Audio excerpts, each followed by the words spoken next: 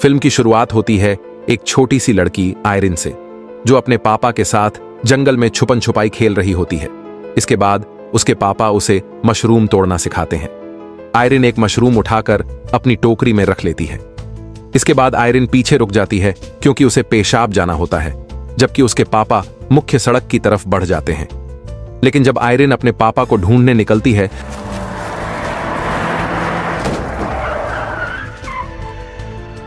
तो वो मुख्य सड़क तक पहुंचती है और देखती है कि एक कार वहां खड़ी है। उस कार का ड्राइवर उसे अजीब और डरावनी नजरों से घूरता है और फिर तेजी से निकल जाता है। डरी सहमी आयरिन सड़क पर गिरे हुए मशरूम देखती है और जब उसकी नजर आगे पड़ती है तो वो अपने पापा की लाश को दूर पड़े हुए देखती है। ये मंजर उस मासूम बच्ची को अंदर तक हिलाकर रख देता है। इसके बाद कहानी 10 साल आगे बढ़ जाती है। अब हम देखते हैं कि किशोर उम्र की आयरिन एक तैराकी प्रतियोगिता स्विमिंग कंपटीशन की तैयारी कर रही है। उसका कोच उसे मोटिवेट करता है और समझाता है कि आखिरी 30 मीटर के लिए सांस बचाकर रखना। रेस शुरू होती है और आयरिन अपनी पूरी ताकत झोंक देती है, लेकिन पूरी मेहनत के बावजूद दूसरी लड़की रेस जीत जाती है। आयरिन दूसरे स्थान पर आती है। उसकी प्रतिद्वंद्वी लड़की उसे दिलासा देने की कोशिश करती है और कहती है कि बस कुछ सेकंड का फर्क था, लेकिन ये बात आयरिन को और गुस्सा दिला देती है और वो उसे घूंसा मार देती है, जिससे वो लड़की खून से लथपथ हो जाती है। कुछ देर बाद कोच लॉकर रूम में आयरिन के पास आता है और कहता है कि उसे उस लड़की से माफी मांगनी होगी, वरना उसे डिस्क्वालीफाई कर दिया जाएगा। लेकिन आयरिन साफ मना कर देती है और उल्टा कोच पर ही आक्रामक हो जाती है। उसके बर्ताव से परेशान होकर कोच उसे बेकार और हारा हुआ इंसान कहकर निकल जाता है। इसके बाद उसकी मां उसे सलाह देती है कि कुछ दिनों के लिए ट्रेनिंग छोड़ दे ताकि उस लड़की से सामना ना हो। साथ ही वो उसे डॉक्टर को दिखाने की भी बात कहती है, लेकिन ये बागी लड़की साफ इनकार कर देती है। कुछ दिन बाद आयरिन अपने कमरे में आराम कर रही होती है कि तभी उसकी छोटी बहन पैम आती है और पूछती है कि वो स्कूल क्यों नहीं जा रही और न ही प्रतियोगिताओं में हिस्सा ले रही। लेकिन आयरिन गुस्से में उसे डांट देती है और जोर से कमरे से बाहर निकाल देती है। तभी उसका सौतेला पिता अंदर आता है और पूछता है कि वो अपनी बहन के साथ इतना बुरा व्यवहार क्यों कर रही है।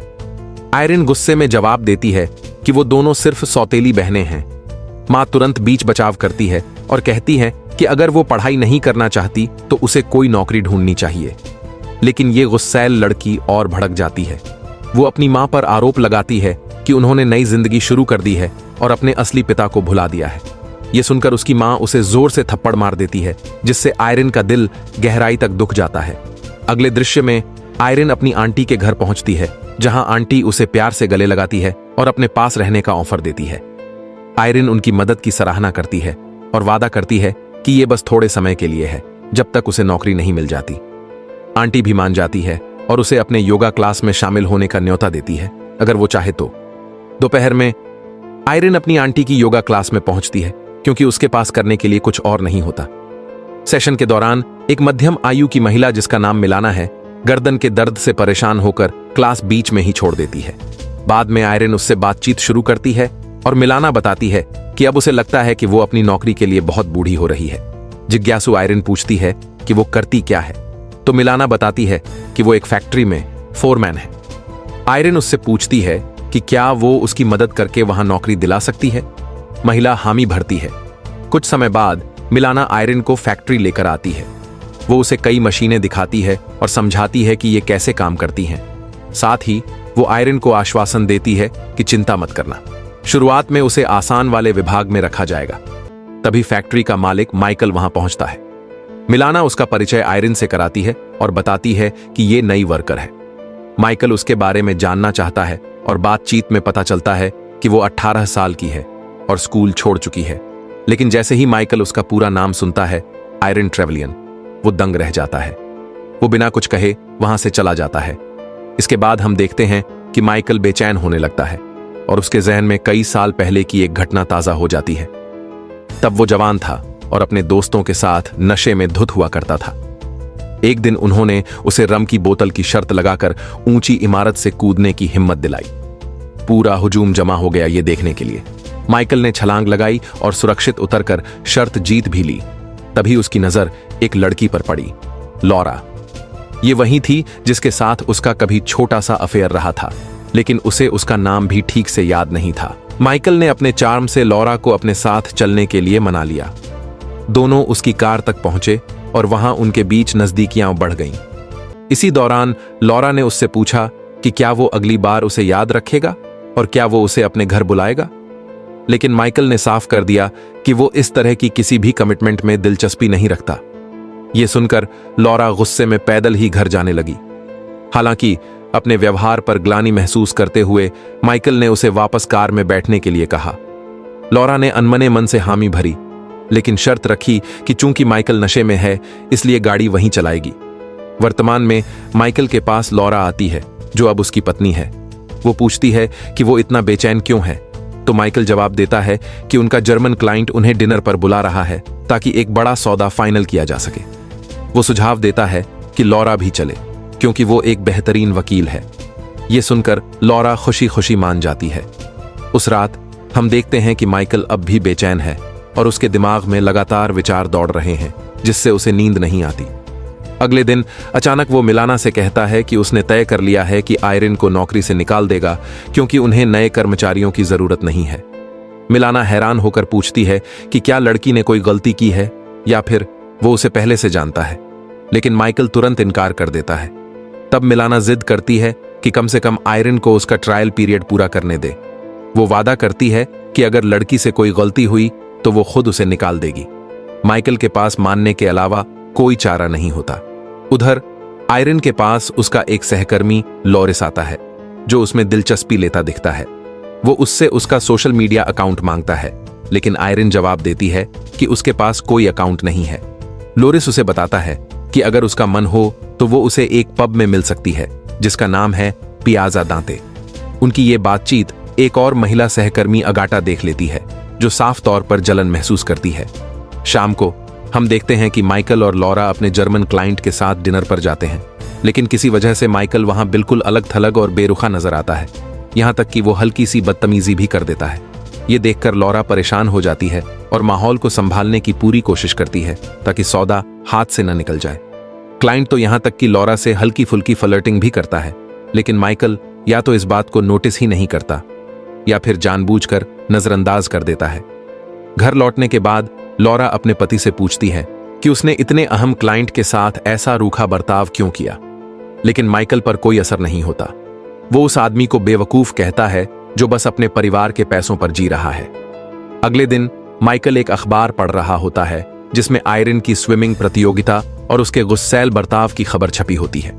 उधर आयरिन एक स्थानीय पूल में पहुंचती है तैरने के लिए, क्योंकि यही एक चीज है जो उसके नकारात्मक ख्यालों से उसे राहत देती है।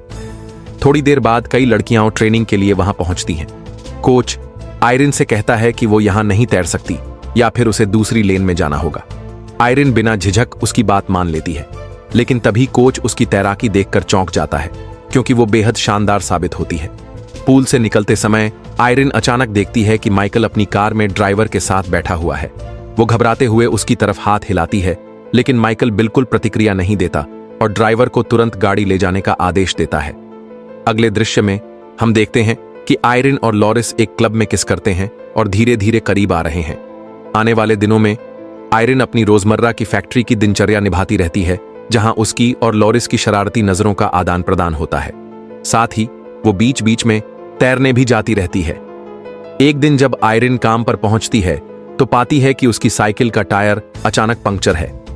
वो तुरंत समझ जाती है कि ये जलनखोर अगाटा की करतूत है, लेकिन वो कुछ कहने के बजाय चुपचाप अपने काम में लग जाती है। थोड़ी देर बाद काम करते समय उसे लॉरिस का मैसेज मिलता है, जिसमें वो उसे मिलने बुलाता है। इसलिए आयरिन बीमार होने का नाटक करती है और छुट्टी मांगने के लिए अपने सुपरवाइजर के पास जाने निकलती है, लेकिन रास्ते में उसकी टक्कर माइकल से हो जाती है। वो पूछता है कि क्या हुआ। आयरिन कहती है कि वो बीमार है और उसे छुट्टी चाहिए। तभी माइकल की नजर बाहर खड़ी लॉरिस की ट्रक पर जाती है और उसे तुरंत समझ आ जाता है कि आयरिन झूठ बोल रही है। पहले तो वो छुट्टी देने से साफ मना कर देता है, लेकिन जब आयरिन गुस्सा दिखाती है तो आखिरकार मान जाता है और उसे जाने देता है। ऑफिस से निकलते वक्त आयरिन को लॉरा देख लेती है। वो हैरान होती है कि ये अनजान लड़की कौन है। जब वो माइकल से पूछती है तो वो कहता है कि ये नई वर्कर है और जल्दी जाना चाहती थी। उधर हम देखते हैं कि आयरिन और लोरिस ट्रक में साथ बैठे आराम कर रहे हैं। दोनों अभी अभी एक दूसरे के करीब आए थे। आयरिन उसे बताती है कि माइकल से उसकी बातचीत हुई थी और कैसे माइकल खिड़की से लोरिस के ट्रक को देख रहा था। यह सुनकर लोरिस डर जाता है कि कहीं उसे नौकरी से न निकाल दिया जाए। वो आयरिन को सख्ती से कहता है कि उनके रिश्ते को गुप्त रखा जाए। अगले दिन काम पर अचानक आयरिन के पास एक गर्भवती औरत आती है और उस पर चिल्लाने लगती है कि वो उसके पति लोरिस के साथ सो रही है। यह सुनकर आयरिन हक्की बक्की रह जाती है और तुरंत पलटवार करती है। आयरिन पलटकर कहती है कि लोरिस तो आधी फैक्ट्री की औरतों के साथ रह चुका है और इसका सबसे बड़ा सबूत है अगाटा। यह सुनकर अगाटा भी पीछे नहीं हटती और उसके पीछे पीछे अंदर चली आती है। वो आयरिन पर चिल्लाने और गालियां देने लगती है। बात इतनी बढ़ जाती है कि दोनों के बीच जबरदस्त झगड़ा शुरू हो जाता है जो सीधा हाथापाई तक पहुंच जाता है। सौभाग्य से तभी माइकल आकर बीच बचाव करता है और जबरदस्ती आयरिन को वहां से उठाकर ले जाता है। वो गुस्से में चिल्लाता है कि अगर वो समय पर ना आता तो आयरिन अगाटा को गंभीर चोट पहुंचा सकती थी, लेकिन आयरिन चुप रहती है और कोई जवाब नहीं देती। इसके बाद आयरिन को पूरा यकीन हो जाता है कि अब उसकी नौकरी चली गई है। वो अपना सामान पैक करने लगती है, लेकिन तभी मिलाना उसे चौंका देती है। वो बताती है कि माइकल ने उसे निकालने का फैसला नहीं किया है, बल्कि इसके बजाय उसने अगाटा को दूसरे विभाग में ट्रांसफर कर दिया है। यह सुनकर आयरिन हैरान रह जाती है और समझ नहीं पाती कि आखिर हो क्या रहा है। उसी शाम जब आयरिन अपनी साइकिल से घर लौट रही होती है तो हम देखते हैं कि माइकल अपनी कार से उसका पीछा कर रहा है, लेकिन कुछ देर बाद वो उसे नजर से खो देता है। अचानक आयरिन खुद ही उसकी कार में आकर बैठ जाती है और गुस्से में पूछती है कि वो उसका पीछा क्यों कर रहा है। उसे शक होता है कि माइकल के इरादे अच्छे नहीं हैं, इसलिए वो कहती है कि अगर वो उसे नौकरी से नहीं निकालेगा तो बदले में वो अपने कपड़े उतार देगी। लेकिन माइकल तुरंत मना कर देता है और कहता है कि उसकी ऐसी कोई मंशा नहीं है। वो तो बस ये चाहता था कि आयरिन के साथ कुछ बुरा ना हो। ये सुनकर आयरिन और उलझन में पड़ जाती है। वो बस इतना कहती है कि उसे बहुत भूख लगी है और कहीं चलकर कुछ खा लेते हैं। दोनों एक डाइनर में पहुंचते हैं जहां आयरिन उससे पूछती है कि उसके पास ड्राइवर क्यों है और वो खुद गाड़ी क्यों नहीं चलाता। लेकिन माइकल कुछ और बताने के बजाय सिर्फ इतना कहता है कि उसे गाड़ी चलाना पसंद नहीं। इसके बाद वो आयरिन से पूछता है कि उसने तैराकी क्यों छोड़ दी, लेकिन आयरिन खामोश रहती है। यहीं पर माइकल स्वीकार करता है कि वो अपने पिता की फैक्ट्री में सिर्फ इसलिए काम कर रहा था क्योंकि उसे नहीं पता था कि अपनी जिंदगी में और क्या करे। वो कहता है कि आयरिन खुशकिस्मत है क्योंकि उसके पास एक पैशन है, लेकिन ये बात सुनकर आयरिन नाराज हो जाती है और गुस्से में कहती है कि वो उसकी जिंदगी के बारे में कुछ भी नहीं जानता। अगले दिन माइकल फिर से आयरिन के पास आता है और कहता है कि वो उसे कुछ दिखाना चाहता है। वो उसे समंदर किनारे बने एक पुराने घर में ले जाता है और बताता है कि वो यहाँ एक रेस्टोरेंट खोलने का सपना देख रहा है। माइकल ये भी मान लेता है कि उसने पहले उससे झूठ बोला था। दरअसल उसके पास भी एक पैशन है। दोनों कुछ देर तक समुद्र की लहरों को देखते हैं और फिर दूर खड़े एक कपल को निहारते हैं। तभी आयरिन उस आदमी का स्केच बनाने लगती है। माइकल पूछता है कि क्या वो ड्रॉ कर सकती है, तो आयरिन अचानक बताती है कि वो असल में उस आदमी का चेहरा याद करने की कोशिश कर रही है जिसने 10 साल पहले उसके पापा को कुचल दिया था। वो सोचती है कि शायद उस आदमी ने अपनी जिंदगी आगे बढ़ा ली होगी, शादी कर ली होगी और बच्चे भी होंगे। लेकिन माइकल कहता है कि हो सकता है इसके उलट हो और उसकी जिंदगी तो बस एक जीता जागता नर्क बन गई हो। कुछ दिन बाद काम के बाद आयरिन माइकल की कार के पास जाती है और उससे बात करने की कोशिश करती है। वो पूछती है कि वो इन दिनों उसका पीछा क्यों नहीं कर रहा और क्या वो साथ समय बिताना चाहता है। लेकिन माइकल अचानक कह देता है कि वो बिजी है और गाड़ी लेकर वहां से चला जाता है। ये सुनकर आयरिन आहत हो जाती है और खुद को ठुकराया हुआ महसूस करती है।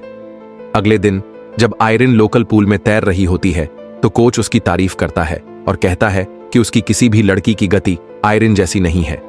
तभी आयरिन नोटिस करती है कि माइकल काफी देर से उसका इंतजार कर रहा है। जब आयरिन उससे पूछती है कि वो यहाँ क्या कर रहा है तो माइकल बताता है कि वो उसके लिए एक छोटा सा गिफ्ट लाया है, अपने रूखे व्यवहार के लिए माफी मांगने के लिए। शुरुआत में आयरिन उसे माफ करने से इनकार कर देती है, लेकिन धीरे धीरे माइकल उसे मना लेता है। इसके बाद दोनों साथ वक्त बिताते हैं, पिकल बॉल खेलते हैं और हंसते मुस्कुराते पल गुजारते हैं। खेल खेल में वो गलती से किसी की कार का रियर व्यू मिरर भी तोड़ देते हैं और बच्चों की तरह हंसते हुए भाग जाते हैं। इसी दौरान आयरिन पहली बार माइकल को दिल से हंसते हुए देखती है। अगली सुबह आयरिन अपने कोच का ऑफर स्वीकार कर लेती है और स्विमिंग टीम में शामिल होने का फैसला करती है। वो ये बात माइकल को भी बताती है, और माइकल सचमुच उस पर गर्व महसूस करता है।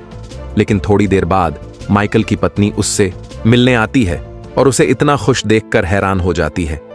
माइकल के ऑफिस से निकलते ही शक से भरी लॉरा उसकी फाइलें खंगालने लगती है। वहीं उसे आयरन की प्रोफाइल मिल जाती है। प्रोफाइल पढ़ते ही लॉरा के चेहरे का रंग बदल जाता है, जैसे किसी गहरी सच्चाई ने उसे हिला दिया हो। शाम को जब माइकल घर लौटता है तो लॉरा बड़े उत्साह से उसे खुशखबरी देती है कि वो प्रेग्नेंट है। लेकिन यह सुनकर माइकल के चेहरे पर कोई खुशी नहीं झलकती। फिर भी वो उसे गले लगा लेता है। तभी लॉरा बताती है कि यह सब झूठ था। वो तो बस ये परखना चाहती थी कि क्या माइकल अब भी उसकी परवाह करता है या नहीं। इसके बाद वो उस पर चिल्लाने लगती है कि वो आयरन के करीब क्यों जा रहा है, जो उस आदमी की बेटी है। माइकल शांति से समझाता है कि आयरन की जिंदगी बिखरी हुई है और वो बस उसकी मदद करना चाहता है। लेकिन लॉरा उसकी बात मानने से इनकार कर देती है, क्योंकि उसे साफ साफ समझ आ चुका है कि माइकल आयरन से प्यार करने लगा है। आखिर में लॉरा उसे साफ अल्टीमेटम देती है, वो आयरन से हमेशा के लिए दूर हो जाए ताकि उन सब की जिंदगी बेहतर रह सके। कुछ दिन बाद आयरन जबरदस्त जोश के साथ तैराकी की प्रतियोगिता में हिस्सा लेती है और जीत भी जाती है। उसके साथी और कोच उसे चीयर करते हैं, लेकिन उसकी नजरें भीड़ में सिर्फ माइकल को तलाश रही होती हैं। तभी उसे माइकल का ड्राइवर दिखाई देता है, जो जल्दी से इशारा करता है कि माइकल बाहर उसका इंतजार कर रहा है। जैसे ही आयरन उसे पाती है, दोनों की नजरें मिलती हैं और दोनों को एहसास हो जाता है कि वो एक दूसरे से गहराई तक प्यार करने लगे हैं। उसी शाम माइकल, आयरन और उसका ड्राइवर तीनों उसकी जीत का जश्न मनाते हैं। शराब के द्वार में ड्राइवर जल्द ही मान लेता है कि वो बहुत नशे में है और रात की ड्यूटी नहीं कर पाएगा। इस तरह माइकल और आयरन अकेले रह जाते हैं। थोड़ी देर बाद आयरन घर छोड़ने का आग्रह करती है और मजबूरन माइकल को खुद ही कार चलानी पड़ती है। रास्ते में आयरन उसे करीब आने की कोशिश करती है। पहले तो माइकल उसे डांट देता है, लेकिन जल्द ही वो उसकी चाहत के आगे झुक जाता है। लेकिन अचानक वो खुद को रोक लेता है और गाड़ी से बाहर निकल जाता है। वो बार बार माफी मांगता है, पर आयरन समझ ही नहीं पाती कि वो किस बात के लिए माफी मांग रहा है। फिर अचानक माइकल गुस्से में कार में लौटता है और तेज रफ्तार से गाड़ी दौड़ाने लगता है। तभी कहानी हमें सालों पहले ले जाती है, जहां एक युवा माइकल लॉरा से कार में बैठने के लिए कह रहा होता है। लॉरा बार बार कहती है कि वो खुद ड्राइव करना चाहती है, लेकिन माइकल शराब के नशे में कार अपने हाथों में ले लेता है और तेज रफ्तार से चलाने लगता है। बेचैन लॉरा उसे बार बार धीरे चलाने की गुहार करती है, लेकिन माइकल उसकी एक नहीं सुनता। वापस वर्तमान में माइकल फिर से पूरी रफ्तार से कार दौड़ाने लगता है। आयरन घबरा जाती है और उससे बार बार कहती है कि धीरे चलाए, लेकिन माइकल पर कोई असर नहीं होता। सीन सीधा 10 साल पहले के उस वक्त से जुड़ जाता है, जब नौजवान माइकल लापरवाही से जंगल के पास कार चला रहा था।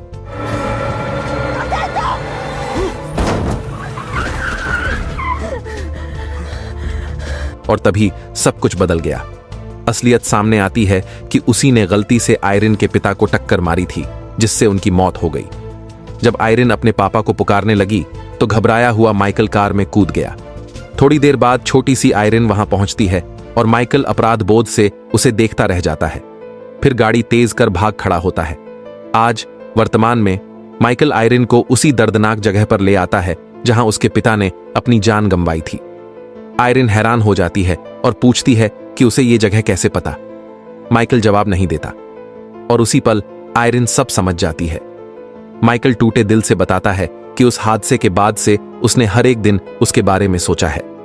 यह सुनकर आयरन गुस्से में उसे जमीन पर गिरा देती है, पास का पत्थर उठाती है और तैयार हो जाती है उसका सिर कुचलने के लिए, अपने पिता का बदला लेने के लिए। लेकिन माइकल बिल्कुल विरोध नहीं करता, क्योंकि उसे लगता है कि आयरन इस सजा की हकदार है। मगर आयरन आखिरी पल में अपना गुस्सा कार पर उतारती है, उसकी खिड़की तोड़ देती है और वहां से चली जाती है। पूरी रात चलते चलते सुबह वह अस्पताल पहुंचती है, जहां उसकी मां नर्स का काम करती है। थकी हुई आयरन मां की बाहों में गिर जाती है और रोते हुए सालों की अपनी गलतियों के लिए माफी मांगती है। तभी मां चौंकाने वाली बात बताती है, माइकल आज सुबह खुद पुलिस के हवाले हो गया है। लेकिन यह सुनकर आयरन उलझ जाती है। उसे समझ नहीं आता कि उसे सुकून महसूस करना चाहिए या गम। फिर सीन कट होकर 5 साल बाद का वक्त दिखाता है। 5 साल बाद अब आयरन अपनी जिंदगी में अच्छा कर रही है। वह एक स्विमिंग कोच के रूप में काम करती है। एक दिन वह अपनी सौतेली बहन पैम के साथ घूमने जाती है। दोनों की गहरी दोस्ती और रिश्ता अब साफ झलकता है। सड़क पर चलते हुए अचानक आयरन की नजर एक नए खुले रेस्तरां पर पड़ती है। और उसके रोंगटे खड़े हो जाते हैं, क्योंकि उस रेस्तरां का नाम वही था जो उसने कभी मजाक में माइकल को सुझाया था। फिर सीन कट होता है। माइकल अपने रेस्तरां की मरम्मत और सजावट में डूबा हुआ दिखता है। अचानक उसे दूर से कुछ कदमों की आहट सुनाई देती है। वह पीछे मुड़ता है और हैरान रह जाता है जब देखता है कि उसके सामने आयरिन खड़ी है। सालों बाद उसे देखकर माइकल की आंखों में आंसू आ जाते हैं। वह खुश नजर आता है और दूसरी तरफ आयरिन हल्की सी मुस्कान देती है, जैसे वह उसे माफ कर चुकी हो और शायद उनके रिश्ते में अब भी एक नई शुरुआत की उम्मीद बाकी है।